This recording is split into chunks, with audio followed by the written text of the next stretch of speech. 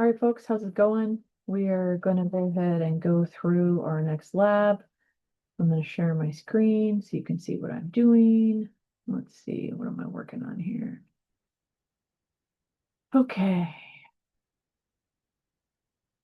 Going in Zoom, I'm going to go to my lab manual, and that's the first thing I'm going to open. Okay. So I've already downloaded it. You're going to go to Brightspace and open your lab manual. Let's see. Let's see how I organize everything. Haha. Lab going on again. Lab 3. Let's see. Haven't in here yet. Oh, sure do. Okay, so I'm going to open up lab 3 and make it a little smaller so I can see what's going on. Cool, you can see my screen. Awesome. Lab 3. What am I doing? Lab 3. I'm going to need Arc Pro, Arc Online. What's that? Don't worry, we're going to walk you through it. Yeah, I can't turn it in late. Haha. Okay, I'm going to create a new project called Lab 3. Make sure you put it in the correct file folder. You're going to create a Lab 3 folder in your File Explorer and a downloaded folder within that. Then you're going to unzip the data and put it into there. So the first thing I do is I go to where I have Lab 3, and yours is going to be slightly different, okay? And I'm going to create a folder called downloaded, okay? And this is my Lab 3 folder. See, Lab 3, and then inside of it is a downloaded folder. You're going to download this zip file from Brightspace. Once it's downloaded, you're going to extract all. See how I highlighted it? Extract all. And I'm going to browse. I want to put it not in Lab 2. I want to put it in Lab 3 into my downloaded folder. Everybody see that? Okay, then I'm going to extract the data. Cool. All kinds of stuff. Roads, lands, town boundaries. Ooh, lots of data there. All right, I'm going to close all this extra garbly goop because I don't want to look at it. I unzip the data. Cool. What are the following shape files included? All right, you have two choices. You can go back to your file folder and look at the gobbledygook, or you could just open up GIS. So I'm going to do that because I think it's easier. So I'm going to open up GIS. And hopefully it will show you my screen as it opens. If you want, you can go back to your file explorer and you can look for each one of these files called .shp and see if they're in there or not. That's fine. For me, it's hard to read through all of those files, so I don't really like doing it that way. I would rather go here, start my new map. I'm going to call it Lab 3. Okay, I'm also going to put this designation in here because I teach this class a lot. You just need to write Lab 3 for the location where you're going to put it. You're going to navigate to your shared drive. Okay. Your navigation is going to look a little bit different than mine because I'm putting it in a different spot, but you're going to go to your shared drive. You're going to find Lab 3. Okay. Something that says Lab 3, and you're going to click OK. Click OK. It's going to open up a new project. We're going to think about this for a second, apparently. Once you open up a new project and it's called Lab 3, if you put it in the right spot, you can go over here to the right-hand side of the screen. You can open up your catalog and go to folders, and you should see your Lab 3 folder. You should just say Lab 3, okay? And if you look at that, here's a geodatabase. Nothing's in there. Oh, that's annoying. Let's see. Any database? Nothing's in there. Oh my gosh, what happened? Okay, take a breath. You're going to right click on folders. You're going to refresh it. Let's see if that works. Doesn't work. You're going to right click and you're going to add a folder connection. Then you're going to go back to your work and you're going to find your Lab 3 folder and you're going to, guess what? Click on the downloaded folder. And look at that. Now it pops up over here on the right. It doesn't automatically pop up. Again, you can right click and refresh. If it still doesn't pop up and it's being super rude, save your GIS file. close GIS and open it again. So here's my downloaded file. So for this first question, it says, which of the following shape files are included in the data download? Town boundaries? Yep. Census block groups? No. Atlas rec points? No. Zip code boundaries? Yep. Does everybody see this? You can go through the rest. How many of the downloaded data sets or shape files contain polygon data? Huh. How do I figure that out? Polygon data, huh? I don't know. Well, I guess if I look at it, the little symbol next to major roads looks like lines, and the one next to recreation site looks like dots. So it looks like there's 1, 2, 3 that probably are polygons, but if I right click it and click on properties, I can open it and look at that. It says geometry type polygon. So I probably guessed right, but if you're not sure, check it out. Okay, all the shape files you downloaded need to be in as feature classes. Okay, so are they feature classes right now? No, they're shape files. So how do we do that? You can drag them all onto your map. Boom, boom, boom. All right, now I have a whole bunch of files. Then I go back up here to my databases and I right click and I import a feature class. Now, you can do this 2 different ways, right? I drug them all onto my map. So in a second, when this processing tool finally opens, if it ever decides to open, you may have too many windows open. Okay. If you put them on your map, this cool feature is you can do the drop down and you can just select them, which is cool because then you don't have to go hunting for them. However, if you don't want to drag and drop, you just click this little file over here and open it, and then you go to your lab 3, wherever you have your lab 3, not that. Go to lab 3, go to your downloaded folder, and you can shift and select, click OK, and see how it adds all of them that way as well. So you have 2 options. You can either drag them all on there or you can grab them and put them in here, but you don't want to do it twice, right? So I'm going to get rid of these ones that I drug onto the map just because I don't want to do it on accident. Now, my output geodatabase, you always want to check this. Make sure it's the correct geodatabase, lab 3. Yours should just say lab 3, okay? And I'm going to run it. I'm going to give it a second. And it will input all of those into the geodatabase. How do I know that worked? Okay, go back to my catalog tab and look at that. Now I have feature classes. See how it says file geodatabase feature class? Now, if I drug it onto my map over here, is this a shapefile or a feature class? I don't know. So I'm going to right click. I'm going to open the properties, go to source. It says shapefile feature class. Okay. So I'm going to remove these because I don't want to use a shapefile. All right. I always want to use a feature class. Please write this down in your notes. It needs to be a feature class in order to do any kind of spatial analysis. All right. So let's see. Importing vector data into a geodatabase alters the geometry. Do you think it changed the polygon? I'm hoping that you think that it didn't change the polygon. I'm helping here. Okay, we're going to view the town boundary. Okay, I don't know why this is in here. If there's not already a blank map pane open in your project, insert a new one. The only way that would look like that is if this map thing wasn't here. So if you just had like this weird blank thing, then you could go up here to insert, click new map, and it pops a map in there for you. All right, I don't know why that's in there so often. So wait a second, what were we talking about? Let's see. We want to change, we want to view the town boundary data. Okay, so I'm going to go over here. I'm going to drag town boundaries.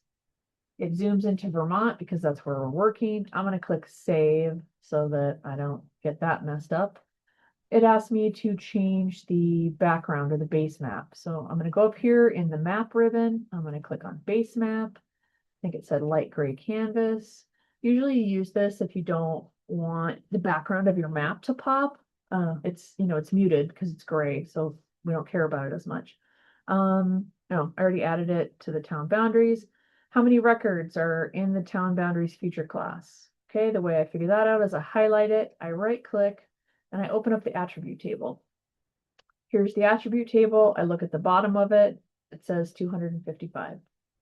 Okay, cool. I'm going to go ahead and click save because I made some changes. Organize the data in the map pane. Add everything else basically.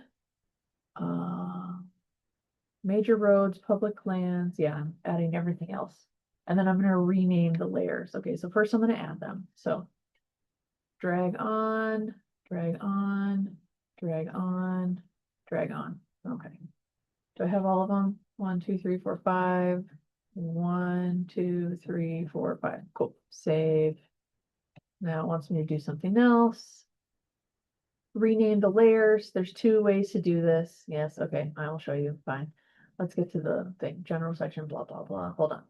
All right, I'm going to the rename part. So this is how I specifically like to do this because I don't like having to go through the properties, but I'll show you both ways. All right. Recreation sites. If I want to rename something, I just slow click and all we're doing here is putting in a space and I click enter. Now it changed. All right. If I want to do this the long way, I right click, go to properties, go up here to general, and it allows me to do the same thing. Edit, click apply, and okay. And look at that, it changed it. I'm gonna go ahead and click save. So now you can go ahead and change the rest of them. Let's see, public land, we're changing to public conserved lands. So to get in there, public conserved lands. Plural. And then what is the other one? Town boundaries is going to be Vermont town boundaries. So do it this way to show you if you like to do it this way. Vermont town boundaries. The cool part about GIS is that there are multiple ways to do things. And as long as it gets it done and you don't screw anything up, it's fine. Zip code boundaries just need some spaces. Also, you can access tools in all different ways. So it looks like I changed all my names. Score, I'm going to hit save so I don't mess that up. Go back to my manual. Rearrange the data in the contents pane so it looks like this. So, okay, we have light gray reference, rec sites, major roads. We want public, then zip code, then Vermont. Okay, so how do I do that? I grab it and, oh, no, not double click, just single click. And drag it up. See how that happened? And just drag it up to the line. And now you see on your map, remember each layer is like a picture laid on top of each other. So I'm going to go ahead and save it. I'm going to check again that I did this right. Rec sites, roads, public land, zip code boundaries, Vermont town boundaries. Does it matter that the colors of my stuff is different than this picture? No, not right now. Okay.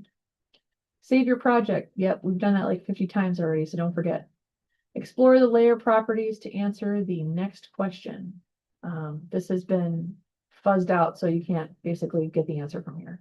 Renaming a vector layer from layer properties also changes the dataset name in the geodatabase where it's stored. Okay, that's a mouthful, huh? Well, there's 2 ways to check this. All right, I'm going to go back here. So I changed this public conserved lands in the contents pane over here on the left. On the right, this is my database. It still says public land. That should give you the answer, but if you want to check, you can also right click and go to properties. So in general, it's called public conserved lands, but if you go to source, the name is still public no space land. Okay, so what that means is that the data on the left in the contents pane is the front facing data. Okay, but you never change this backwards data here because then it would mess up the file path. So don't change the names over here. Don't do that. Don't change your database name. If you change stuff in the catalog, it messes with the file path. Okay. Let's see. So there's the answer. Submit a screen capture so that you can see everything. So what is a screen capture? The whole thing. Okay. Make sure you can see your name and all the jazz so that you get all the points. All right. Part 2, let's explore the data. Examine the spatial extent. Okay, toggle the visibility which is the checkbox of the data in the contents pane. So you're only looking at the zip codes and town boundaries. Okay, so we're going to turn off public lands, roads, and rec sites. Okay, zip code boundaries and town boundaries. Well, that's kind of hard to see. Okay. Which one of the following best explains the difference in the zip codes and the town boundaries? They have different extents. They don't align with the base map. The zip code excludes the water.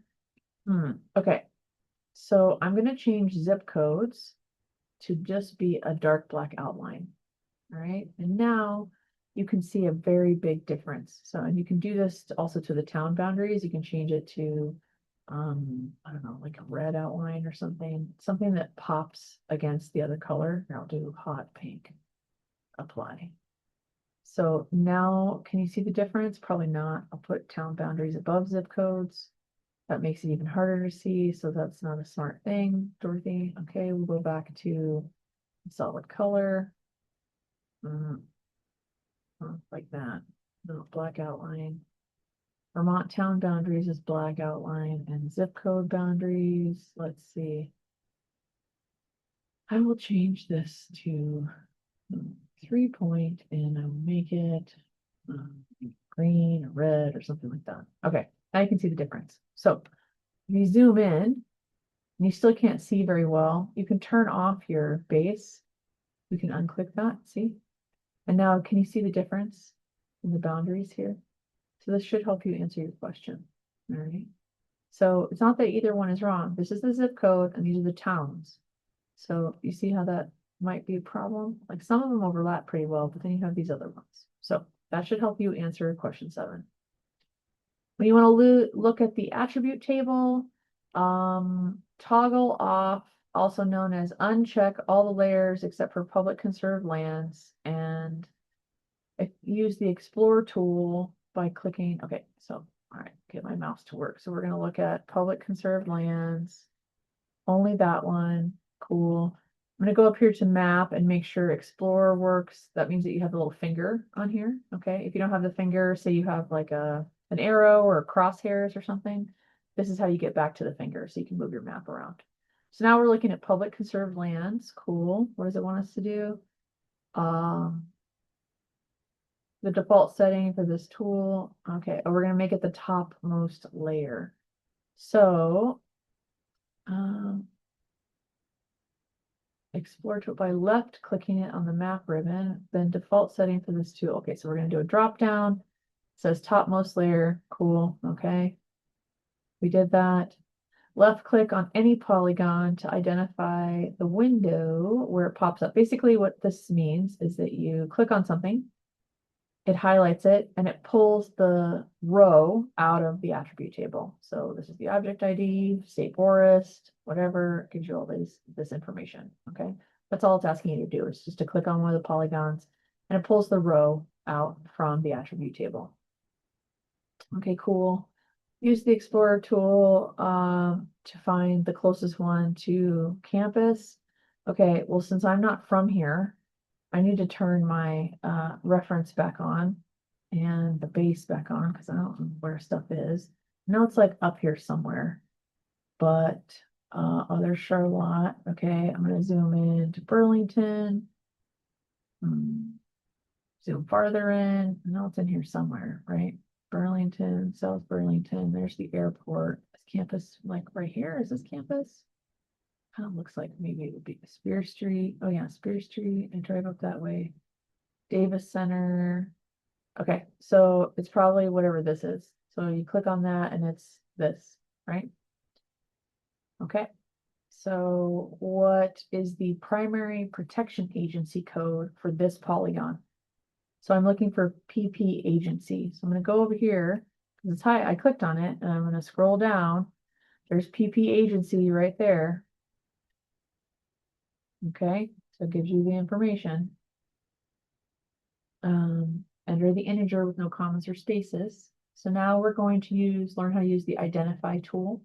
So what if you want to locate a feature based on just its attributes instead of describing it? This is where you use the locate tool, which is basically looks like a set of binoculars on the map ribbon.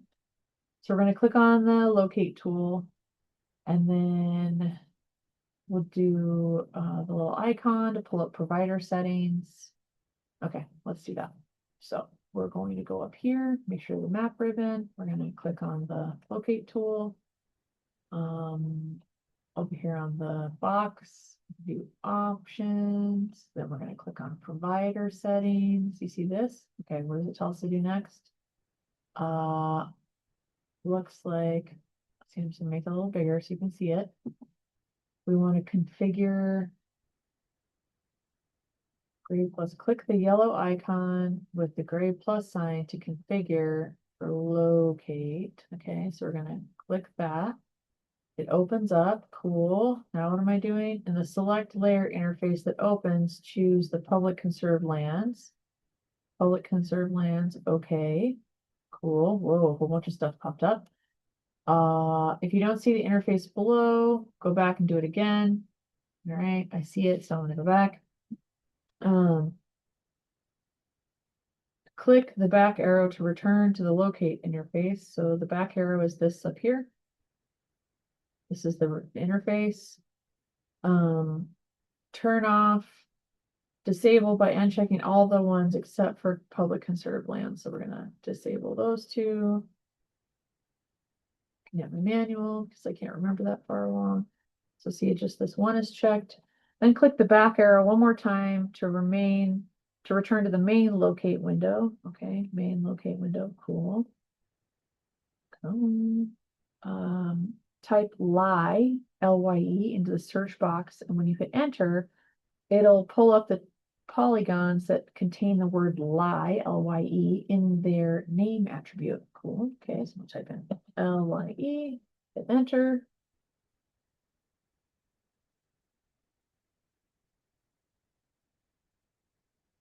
Wow. L-Y-E, enter. That's fun. Mine didn't show up. Huh. Okay. You know what I'm going to do? I'm going to go to public conserved lands. I'm going to open up my attribute table. And I'm going to go to name and right click, sort descending. And I'm going to look for the letter L. I mean, this is the really slow way to do it. Or I can select by attributes. Select a field, name that contains the text. Is there a drop down for it? No, I'm just gonna put let me click apply. And okay. Are there any? Nope, there's none. So, okay, so I double checked this, right? Let's see. It looks like Lye Brook Wilderness Area. Huh. It's not in there.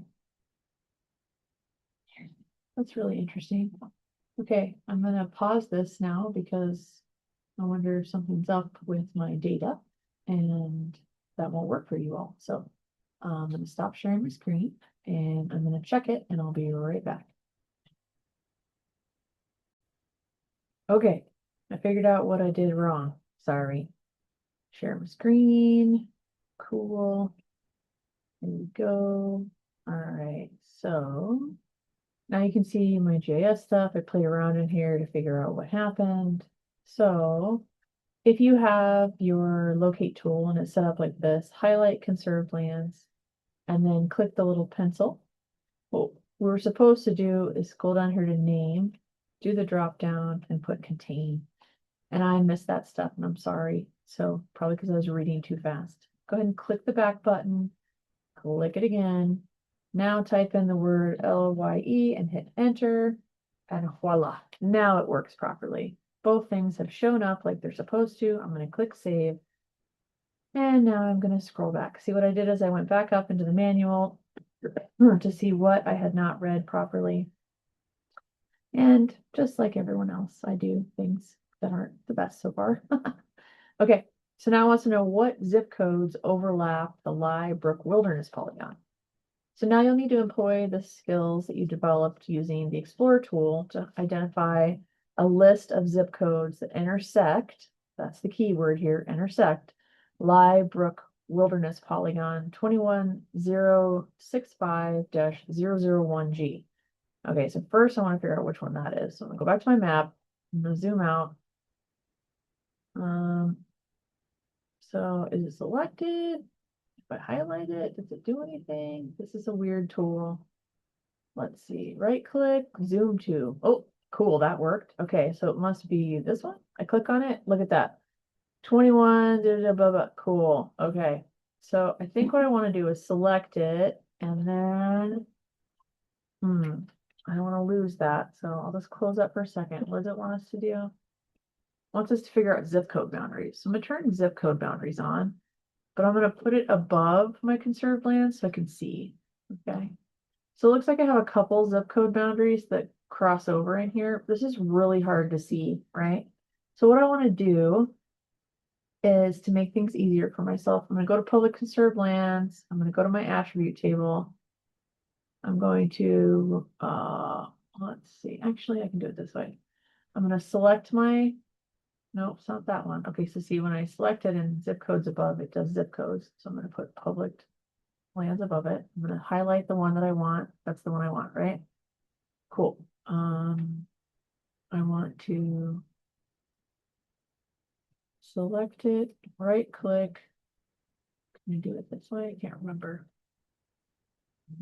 No, I won't want to do it this way anymore. Never mind, I changed the tools. So I'm going to highlight this name. I'm going to copy it so I don't mess it up. I'm going to go to my attribute table. You'll see why I'm doing this in just a second, all right? I'm going to select by attributes. I want the name, the contains, the text. I could just do the drop down actually. Go to, what is it? GMNF something G. And it's the only Lye Brook. I could just do it that way. Apply and okay. Now it's selected. All right. So now I want to right click, do the selection. Well, you know what? This is too much work. What I was going to do is change the color of these. Okay. I guess I'll just change the color of all of them. And I know you're like, wow, this is not helpful. Yeah, I'm aware. Okay. I'm going to make this a bright red or something outline. Okay. Now I'm going to close this so that I can see my map a little better, make that smaller. So this is the one that I need to worry about. This one that's highlighted, right? The reason I did that in my select by attributes table, just so that it's easier for me to see, okay? If you wanted, there is a way. What I was doing is going to conserve lands, and if you go to the selection, you can make a layer from just your selected features. You can call it whatever you want. It's just selection. This is just like a temporary layer. So I can call it Lye Research or Lye Land or something like that, just to remember what it is. Lye Conserve Land. And then what I would do is change just this outside color. This is just me, okay? And sometimes this helps me get my work done. So that's why I'm showing you how to do it. You do not have to do this at all. Make the point, apply. Okay, cool. And then I can, if I accidentally clear it, then I don't have to worry about this. I turn off the other conserved lands. Now I'm only worried about this conserved land because it's, I guess I spelled that wrong. Why, right? So that's the way to, if you need to visualize something in GIS, you can make a temporary layer out of whatever your selections are by doing that. Okay, it's not cheating or anything crazy like that. And just sometimes I need to be able to see what the heck I'm doing. So this Lye area crosses over 1, 2, 3, 4 zip codes, it looks like. I think that's the question it was asking us. So I'll see it's in the lab manual. It was letting you adjust the symbology. Yeah, okay, public conserved land, that helps you. So you can do it either way. You can change the Explorer tool to visible layers. Okay. So you just want zip code and the Lye conserved land, make sure they're checked, okay? So we're gonna go back to the tool up here, click on the tool. We're gonna go to the drop down. We're gonna go to provider settings. So what happened? Provider settings. Why isn't it letting me do it? I don't like the locate tool today. This is really, it's being really non-helpful. Maybe I need to delete that part.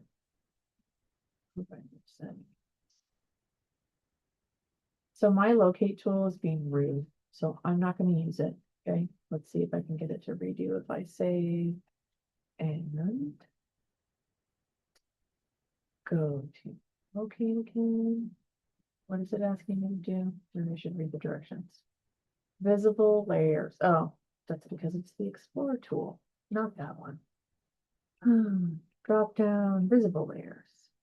Drop down, yep, visible layers. Cool. So it makes sure that only 2 layers are showing, which was already the case. I apologize if this is confusing, but this is what happens when you're doing GIS. Kind of have to work through some of the weird stuff that happens. So now we can basically click on the polygons that cover the Liebrook Wilderness. So I'm not going to click on this one over here, right? Because that's not correct. So I'm going to click on this one. Here's the information. It says Bennington County. There's the zip code 05255. So maybe write that down or type it out. Then I'm going to do the one to the right. There's the zip code for that. I'm going to do the one down here and the one down here. So there's the 4. Do we have zip codes for all 4 of these? Where's the zip code for this one? Oh, did I click on conserved land? Oops, yep. See, zip code, there we go. You just scroll through here and find the zip code. My eyes are getting tired. There we go. Zip street delivery. Somehow, why is this so different? Zip code boundaries. Oh, there it is. Zip code. Okay. So there's your 4 zip codes. Is that the question? Probably yes. So question here, you have to select from the following. All right. So now I'm going to clear all of this stuff. I'm going to turn off this pretend layer that I made. Maybe I'll just get rid of it because I don't need it. I'm going to turn off all the layers. I'm going to make sure that this clear button up here is cleared, and I'm going to save because now I'm moving on to the next step. So now we're going to explore Woodford State Park. Using the skills you've just learned, locate Woodford State Park. So you can do it 2 ways, right? You can go in the attribute table for public conserved lands, or you can use the locate tool. I like the attribute table. So I'm going to go over here. I'm going to open up the attribute table. I'll turn it on so the map is up.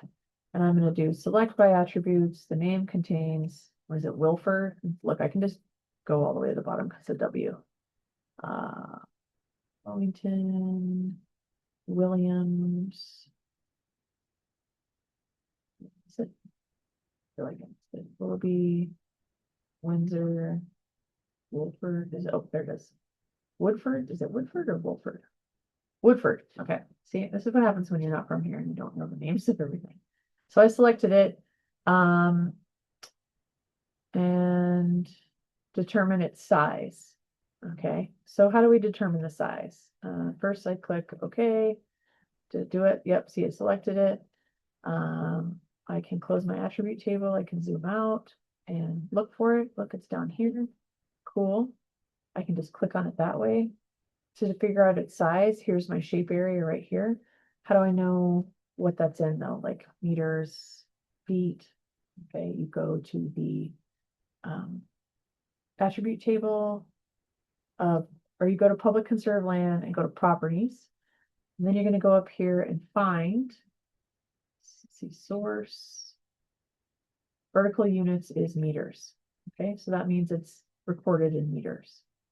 Did you see that? So I went to the conserved lands, source, vertical units is in meters. So now I can take the shape area and I know that's what the size is in meters. And look, I just gave you the answer for number 10. What's the unit measure? And I gave you the answer for number 11. Oops. Woodford is greater than 400 acres in size. Okay, well, it didn't give it to me in acres, but I can probably Google how many acres or how many meters are in an acre or square meters and figure out the answer to number 12. There's my hint for you. Okay, part 3, mapping quantities, graduated colors and symbols. Ooh, changing the alias of an attribute is a way to make it easier for folks to understand what the heck it is, right? So we're going to open up the attribute table for the zip code boundary set. So before I do a whole lot, I'm going to clear my selection. I'm going to turn off my other stuff. Looks like we're working in zip code boundaries. I'm going to go ahead and open up the properties. I think that's what it asked me to do. Oh no, it wants the attribute table. Okay, so close that. I'm going to right click and open up the attribute table so we can see the data. Cool. There's all kinds of stuff in there that I don't know what any of it means. Using the scroll bar, you can scroll horizontally to see the different attributes. Let's go until we find tote pop, which represents the total population. So down here at the bottom, there's a scroll bar that goes side to side. That would be horizontally. There we go. Total population is right here. If you click at the top, it highlights the whole thing. Okay. It's just a selection tool. Okay, from the table ribbon, you want to select fields and open the properties of the attributes. Okay, we're going to do it that way. So you're going to go up here. When you have zip code boundaries open with the attribute table open, new layer, or excuse me, ribbons pop up here. So we're going to open the table one, and then we're going to click on the fields one. And what that does is it opens the back door of the attribute table. And so it tells you what the field name is. That's what the computer sees. The alias is what gets processed out, and we can change this to the data type, the number format, the domain, the default, and the length. So you're going to learn a little bit about the background of attribute tables. You have to create these all the time when you're doing your data. So I want you to double click on total population in the alias column and change the text to total space population. Click enter. So I'm going to scroll down. I'm going to look for total pop. And in the alias, I'm going to double click and I'm going to type in something nice, total population. Because if I give this map to someone and it says tote pop, they don't know what the heck that is. So that's why you use an alias so that it just does something nice. Now, when you're working in the fields view, you have to go up here and there's a different save button. See it right here? Save. That saves your fields view changes. If you don't do that, you lose the changes. The big save up here doesn't save it for you. I know it's one more thing to remember, but just as a heads up. Okay, we just click save. Cool. I did the small save I showed you. Now we're going to create a choropleth or a graduated colors map. So we're going to close all of the attribute tables and only have the zip boundaries layer on. And then we're going to zoom to the layer. Okay, so close. Everything else is off. We're going to zoom to layer. I'm going to close the attribute table. So it shows you all of Vermont, right? Because that's the whole thing. And again, this can be any color that helps you see. It doesn't have to be green, obviously. So we're going to open up the symbology and we're going to change the symbology to graduated colors. So you go back to GIS, right click, go to symbology. It opens up over here. You change single symbology to graduated colors. It just automatically picks something for you, and it's breaking it into pieces by object ID, which makes 0 sense. Okay, so always check your field. I'm sure we're going to talk about that in a second. We picked graduated color. We're going to change the field to total population. So you can then choose all of these things, right? So total population. It automatically goes to natural Jinx breaks. Okay. And you can see my very ugly 10,000 significant figures, and we need to change that too. We're going to change the drop-down color scheme to green-blue in 5 classes. How do I figure that out? I go back here, I do the drop-down. I don't know which one is which. I show the names. Okay. So all the like 5 chunk ones are down here. And look, green-blue, 5 classes.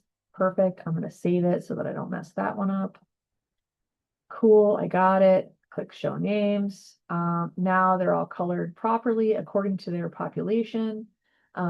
This is called a choropleth map. So you can see the colors are associated with the breaks.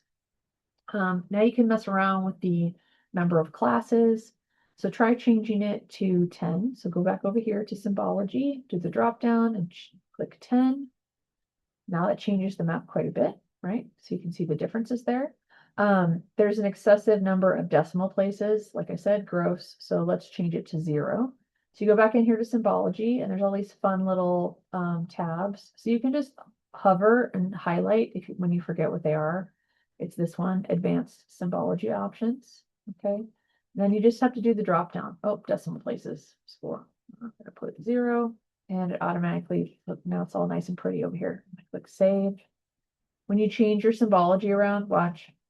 If I change this to like a different color, pretty sure, oh no, the colors stay the same, so that's good. Hold on, I'm gonna change this back so I don't mess it up. Wait, what happened? Green to blue continues. Where's my green to blue chunks? No. What happened? Fine. Don't want that anymore. I want, where's my green to blue? That's not the right one. It isn't. There it is. Green to blue, 5 classes. Ooh, and then back to 10. Sometimes JS is weird. Okay, so make sure you keep track of what you're doing. Save. But a lot of times, I think it's if you change the field, then all these sig figures are going to come back. So just pay attention that you do this last. Always change your significant figures last. So now we want to find the zip code 05673 and zoom to its spatial extent and change the map scale to 1 to 100,000. Okay, you want to make sure that that's the only visible data set. So it's going to look something like this. So how the heck do I find that? Well, we can use the locate tool, but I don't like that one. So we're going to use select by attributes. So zip code boundaries, right click, select attribute table, select by attributes where the zip code, is it zip? See if I can't remember, I can just move this over. Zip ID, now, oh, ZIP with no underscore, that's the one we want. See how I see this over here? So ZIP with no underscore is equal to, what did the manual say? 05673. If you can't remember, you don't want to worry about typing, or you can just do 05673, click apply. Should select one for you. Then you can zoom in like so. So then you can see its Waitsfield. Okay, cool. And what do they want for us? Oh, we want to change the 1 to 100,000. So you go back to GIS, you click on, stop doing that. You click on this part here, and you can change it from 1 to 100,000 exactly. So that gives you the whole setup, which is pretty cool. Hang on, I'm going to do something really quick.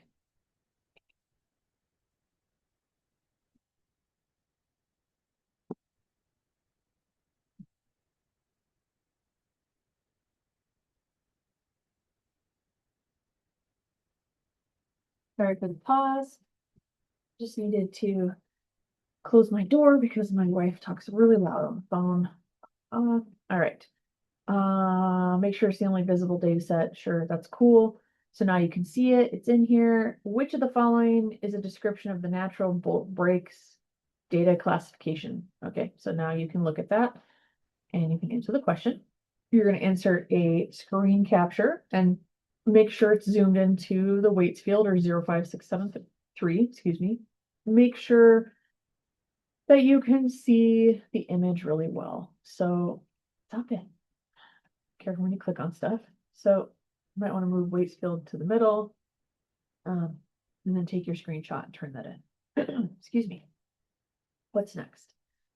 Now we're going to explore the data distribution using the histogram. So when you're looking at your map pane, you can figure out some cool data stuff by using a histogram or other charts. So we're going to open the symbology pane for the zip codes data set, which we've had open already. So if you don't, you can go back to it. You can click on the histogram view, which is in the middle of the pane. See where it says classes, and you're going to click on histogram. And to me, that doesn't make a lot of sense when it looks like this. So let's look at this proportion-wise. Which one is the largest? Or which one best describes it? The largest population or proportion of zip codes fall within the lowest total population class. Okay, so the lowest total population class is this light greenish yellow color over here. All right, so now you can figure it out. Let's change the classification model and see how it looks differently when you change the method. So come up here, and instead of natural breaks, I want you to change it to equal interval. Now you can see pretty big difference, right? The numbers changed. If you don't remember, you can see. Here's the question. The equal interval classification method does a better job of conveying subtle differences in total population by zip code than the natural breaks method. What do you think?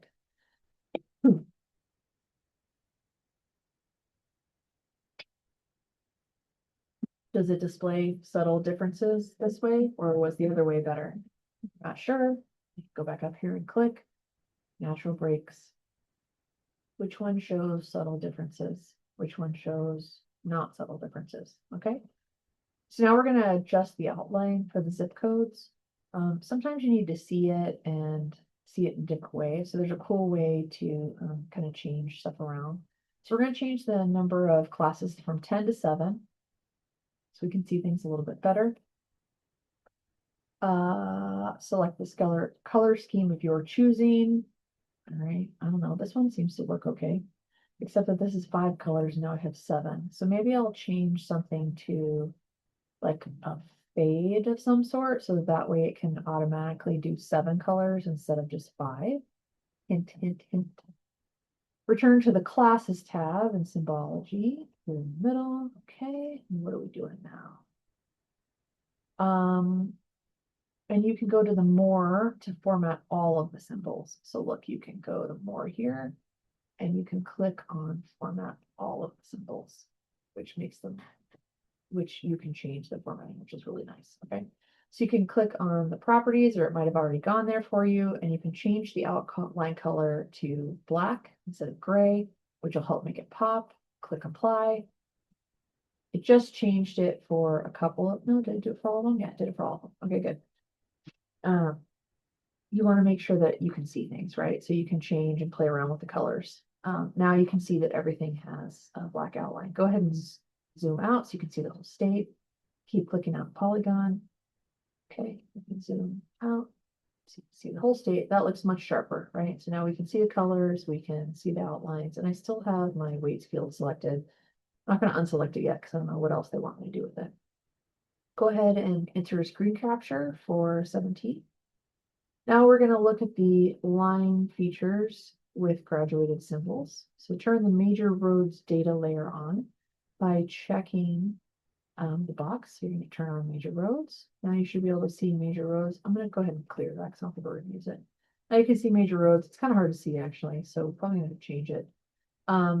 Let's click on major roads and open up symbology because we definitely need to fix that. It does not look very good. It's not easy to see. Let's change it to graduated symbols, which is different. Okay. Graduated colors.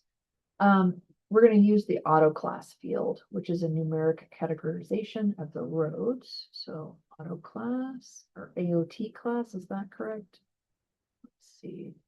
AOT class, right? Okay. Change the number of classes to 3, and you can see how the the interstates change. So now you can see, cool. If you don't like the yellow color, you can change it to any color you want, really. Just you want to make sure that it's easy to see on the map that you're using. So if I make it brown, does that work? It's still kind of hard to see. So maybe a brighter color given the base of my map. Hot pink and purple. Sure, let's do it. Okay, so we played around with formatting. We're going to change the appearance. So in the symbology interface, you're going to click on the symbol with the highest category. So we're going to go back to here. You're going to click on the symbol from here, and it's going to take you to the gallery. You're going to choose highway for the biggest one. Did that work? Yep. Okay, you're going to choose highway. You can use the search box also if you want to just type in highway. A lot of times it's something specific, so you have to type in what it is. We're going to go back to the second largest one, and we are going to choose major road. So that's this yellow one, looks like. Okay, cool. Then the final category set the final category to the minor road symbol. So I'll go back, click this one. And we want minor road. Okay, cool. So now I have 3 different road symbols. Okay, that works. I'm going to go ahead and save so I don't mess that up. I can see it, I think. Zoom to the full extent of the state and make sure your map displays only the roads, graduated AOT class, and the zip codes graduated by total population with 7 classes. Make sure nothing else is visible. No other data. You can still keep your base map, that's fine. Change the name of the attributes used to symbolize the recreation sites and the main roads. For recreation sites, change acreage to acres, and major roads change auto class to road size. All right, so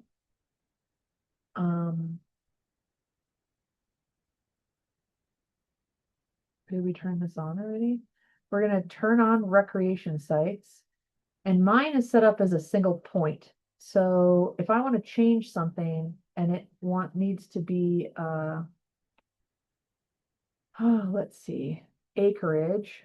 That means I have to symbolize it by acreage. Okay, so I'm gonna highlight recreation sites. I'm gonna open up symbology. I'm gonna use graduated symbols. I'm gonna change it to acreage. I'm gonna change the symbol. 1, 2, 3, 4, 5. Okay, there's 5 breaks. This is ugly, this yellow dot, so I'm gonna click on it. And I'm gonna look for tree. Cool, look at all the different trees. So I'm gonna make it Douglas fir. That doesn't look very good. Bald cypress. That doesn't look very good either. Let's see, Norway spruce. I don't know, it's kind of hard to see. I guess balsam fir. I guess I can just change the colors of these, right? You can mess around, you can do whichever you want. There are all kinds of different trees in here. There's all kinds of different stuff in general. Okay, oh, we could do sugar maple. That's fun. Okay, I can go up here and go to properties. I can change the size of my, oh no, that's not gonna work because I need to go back to, cancel. Go ahead and click apply. Once you fix it, apply. We can go to here, see, and you can change the color. It doesn't let you change the color. It's a bummer. You can do a bigger one, do the big one. Play. I'll let you. Yeah, so you can play around with it that way. Let's see. Okay. We want to change major roads to road size. So instead of this weird word acreage, we're gonna write acres. Acres. Cool. Oh, we need to also fix this. We don't want this. 10,000 decimal points. We don't want that ever. Okay. I'm gonna go to major roads. What was the other one I'm supposed to change? Change to road size. Okay, so we're gonna slow click on this and type in road size. Cool. I don't like that tree thing very much, so I'm gonna right click and go back to symbology. And I'm gonna try to pick something else. So I'm gonna go to single symbols again. And then I'm gonna look for, we have other ones, shape marker. It must be, you just drag it down. Oh, there we go. There's my park one. Okay, now I can change it to graduated symbols. No, I want that yellow dot. Change it back, fine. Jeez, I have to keep changing it. Look for the tree. Okay, that's better. Okay, now I'm gonna save it. So this is really messy. This whole tree situation is super messy. I don't like it at all. Just so I'm gonna change my maximum size to 10. It's still pretty messy, but just for now, that's what I'm gonna do. I can't remember what it says in here. Now you've done the attribute changing. Okay, display point features with graduated symbols. So we just did all of this. Okay, we can also change the park symbol. If you click on the template, okay, and you go to properties, there's a way to change this a little bit. I'm gonna show you. So you go here And instead of the outline here, you can make this be no color and no color.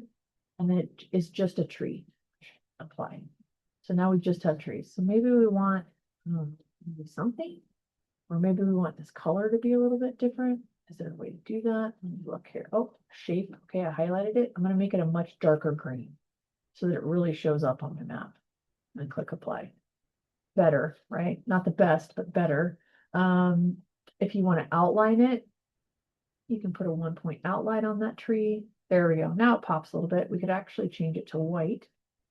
And maybe they see a little bit better that way. So you just have to play with the colors and see what looks the best. What's going to show up the best on your map. Those are black trees. Wait, I don't want my trees to be black. I want my trees to be green. And I want my outline to be black. Gotta pay attention, Dorothy. I can change the point to 2. That makes it kind of fuzzy. So I'm going to keep it back down to 1. Apply. Okay, so that's pretty clean and nice. The size is pretty small. So I'm going to go back to the gallery, go back, and I'm going to put that maximum size point back up to like 18. Okay, just for now. So that's kind of, it's a little bit better. And minimum point, like 6 or maybe 7, just so that I can kind of see what the heck is going on. And I'm going to click save. So you can just play around with this to make sure your map looks nice. So you can use any park symbol that you want. Make sure the properties don't have a bunch of weird extra zeros, which we already did. Now you've created symbology for a point, a line, and a polygon. Nice job. So go ahead and take a nice big screenshot of your map with your cool stuff on here. So now we're going to publish this into a web map. So this is a little bit tricky. You want to make sure that you follow all these steps really carefully. All right. So we have, we're going to go in the map pane, and you only want it to have the data that you want to go out on your web map. So we want our zip code boundaries. Okay, those are on there. We want our total population. Yep, that's set up. Major roads symbolized by that class, and the recreation site by rec area. Okay. So we have to be careful because sometimes symbols don't transfer to ArcGIS Online very well. So we might have to play around with it a little bit, but we'll see how it works. Okay. So make sure that the map pane is drawn using Web Mercator. We can check the coordinate system of the map pane after you've added their data. So let's go ahead and go to our map pane. We're going to go to properties. We're going to go to coordinate systems, and it's in Vermont. So let's go to Web Mercator, click apply, and okay. We're just changing this because, we're going to put it online and it's a better projection. If we were making just a map for Vermont, it'd be something different. Okay, so we did that. Don't forget to make sure we share for everyone. The web app is something different than the web map. Okay, so you create a web map and then you put it in an app, right? You're actually being asked to now create an app. So at the end of lab 1, we created a web map, and you can go in here to the tutorial in Brightspace that we've published. And you can put it on, put it on ArcGIS Online. Oh, that would be my cat walking across the, sorry, hold on, let me scroll back down to where we were. It was really rude, Prince. So in order to publish my map, I'm going to go ahead and go here. And then how do we do that? Remember, you go to share, and I want to make a web map, right? Okay, I click on that button. I'm going to go over here. I don't want it to be called map 1. I want it to be called lab3 underscore DH. Those are my initials. Let's do it that way. Lab3 underscore DH. Why is that doing that? Lab. And because the cat stepped on it. DH. All right. What else am I supposed to put in here? Probably should put some like tags and stuff, right? So what did we create? A Vermont map with recreation sites, major roads, and zip code boundaries. Zip code boundaries. The tags will be UVM, enter, Vermont, you can hit tab, recreation sites, recreation tab, okay, cool, categories. I don't need to do that. We're gonna copy all the data. Let's use the symbol types that are compatible. We want to make it sharing with the organization. You can also do public if you want to, but organization is fine. Okay, I'm not going to put this into any groups because I'm going to analyze it and see what happens. Okay. Oh, all right. My layer has problems. Fun. So I'm going to click on this one. I'm going to click on the 3 dots and I'm going to auto assign. The layer symbols will be downgraded. That sucks. Layer has date fields, but time zone is not defined. Select the layer. Public conserved lands. I don't care about that one. I'm going to remove it so it stops being angry. Yes. Doesn't mean I got rid of it. I just took it off of the map. Okay. So now I'm going to analyze it again. Layer symbols will be downgraded. Well, that's lame. All right, so you know what I'm going to do is I'm going to go back to symbology. I'm going to highlight my recreation sites because I know it's that one. And I'm going to choose a different symbol. Click on the template. Then no, not that. Ugh. I'm just going to go and like select the part one because it's common, easy, and it's not going to cause me more problems. So I'll click save. I'm going to go back to my share tab. I'm going to analyze again. The layer symbols are still going to be downgraded. Well, that's lame. Why? Which layer is it? Okay, well, let's share it. It's just not going to like my symbols, but we'll figure something out. Okay. It's sharing. Cool. Now what do I do? Once you've published your map, you can go to ArcGIS Online and create the app. Okay. So I made sure it was for the organization, for everyone. Okay. But if it's not for public, then it might not show up here. So I'm going to stop this really fast. Yes, I'm going to cancel the job. It's going to take a second. I'm going to go back and just make it public just in case, because I don't want to get pinged by my TA. Stop it. Yes, start canceling. Okay, cool. So now I'm going to go to map. I'm going to click on everyone. Now I'm going to click analyze. Yeah, it doesn't like my stuff. Now I'm going to click share. Okay. Choose a different name that's unique. Oh, fun for me. Okay, so see, I already caused a problem for myself. DH public. Okay, see how I did that? Share. So now I'm going to share it. See how I changed the name to just add public, and so that way I know which layer to use. So I go in there and I click on Lab 3 DH and it's not public, then when I go to make my web map, it's not going to work. And then that's going to suck because I'm going to lose points, and that's plenty of work and I don't want to lose my points. So now I'm going to go to ArcGIS Online and I'm going to create the web map as soon as this finishes publishing. So while I'm waiting, go ahead and do that. Let's see, ArcGIS Online.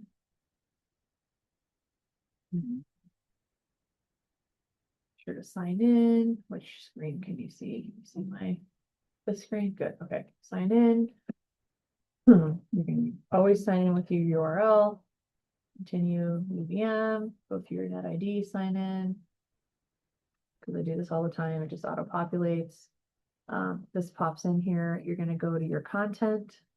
This will be your content. Okay. I have a lot of stuff. All right. So look, there's all kinds of stuff going on here, but which one do I want? Not this one. I want this web map. So I'm going to click on it, click on the web map. I want to create something cool, but it doesn't say that over here. Show more. Oh, cool. Now it says create app. So what does the instructions say? I want to create a web app. So drop down, instant apps. This takes us to a new area. It's going to take a hot second. This is done now, thank goodness. So I'm going to close GIS for now so that everything runs a little smoother. Going back to my web apps. Can you see? I want to make sure you can see my screen okay. Yeah, you can see it. Okay, good. We want to choose instant apps. We did that. Now we want to scroll through the different app templates and see what's available. I have a dark screen on, so if your screen looks white with these colors, that's okay. I just have the dark screen because it helps my eyes. So we want to look for the basic. So I'm going to go back in here, basic media map. We're going to choose that one. Here are my tags. I'm going to save it in this folder. Is that where it wants me to? You're going to set it up. You want to create it and publish it, and you're going to launch it. We're going to need a link. Okay, cool. So choose, yep, create the app. Good. It's going to take a second.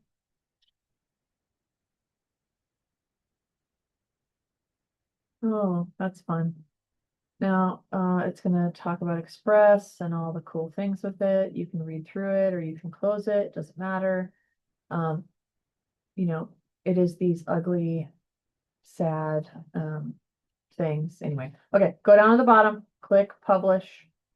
Are you sure you want to publish? Confirm. Yes. How do I make sure this is public? Well, there's a couple things. Oh, look, sharing level. Change sharing settings. I want it to be public. Save. What if you can't see this pop up for some reason? Okay, you can go over here to share and it changes. You can change it that way. All right. You're going to copy the link. You're going to go back to your manual, and I'm pretty sure it says to copy the link, and then you put the URL into number 19. Once you've published this app, deleting data from the Lab3 project to your database on the network drive will result in the same data being deleted from your web app in ArcGIS Online. I think that you might want to look this up and don't try it and see what happens, because you don't want to delete anything and then lose it. I'm not going to tell you the answer. How did this assignment go for you? Let us know how long it took, what was good, what was bad, and then give us a tech survey. Did you work in the lab? Are you using stuff from home? Are you working remotely? All the jazz. It just helps us kind of figure out what's good about class and what isn't. All right. Thank you very much for your attention, and hopefully this helps, and I will see you in class.